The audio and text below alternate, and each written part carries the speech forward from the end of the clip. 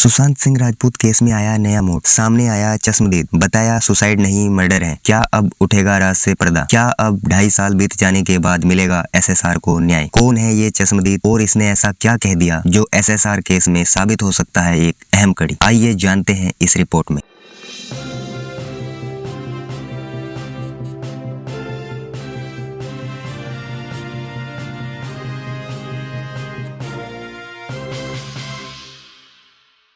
SSR ने suicide नहीं किया, ये एक मर्डर है। ये दावा किसी और ने नहीं बल्कि सुशांत सिंह राजपूत की बॉडी का पोस्टमार्टम करने वाले व्यक्ति ने किया है। इनका नाम है रूप कुमार शाह और ये पोस्टमार्टम हाउस में एक कर्मचारी हैं। एक न्यूज चैनल के रिपोर्टर ने इनसे पूछा कि आप ये दावा कैसे कर सकते हैं कि ये एक सुसाइड नहीं बल्कि एक मर्डर है। जवाब में रूप कुमार शाह ने कहा कि एक तो एसएसआर के गले पर जो निशान थे वो सुसाइड के बाद पड़ने वाले निशान नहीं थे, बल्कि कुछ ऐसे निशान थे जब कोई पीछे से गला घोटता है और आदमी छटपटाता है, अपोजिट फोर्स पड़ता है तो एक अलग ही तरह के निशान पड़ते हैं। ऐसे 2-3 गहरे निशान उनके गले पर थे। आगे रिपोर्टर कहते हैं, आप ये दावे से कैसे कह सकते हैं कि ये निशान सुसाइड के नहीं थे? जवाब में रूप साहब बोलते हैं, साहब 28 साल का अनुभव है, 50 से 60 हजार बॉडीज का पोस्टमार्टम करवा चुका हूँ मेरी पूरी जिंदगी में, देखते ही बता सकता हूँ इतना अनुभव हो गया है। फिर रिपोर्टर पूछते हैं, इसके अलावा कुछ? जवाब में रूप साहब बोलते हैं, हाथ और पैर में भी पिटाई द्वारा किए गए गहरे चोट के निशान थे। कुछ ऐसे निशान थे कि मानो फ्रैक्चर हो। किस चीज से चोट के निशान लगे ये तो मैं नहीं कह सकता, मगर एक बात है, ऐसी चोट के साथ तो आदमी ऐसे भी खुद से फांसी लगाकर सुसाइड नहीं कर सकता। मगर अफसोस, जब मैंने सर से बोला कि इस सब की वीडियोग्राफी कर लो, ये सुसाइड नहीं लगता,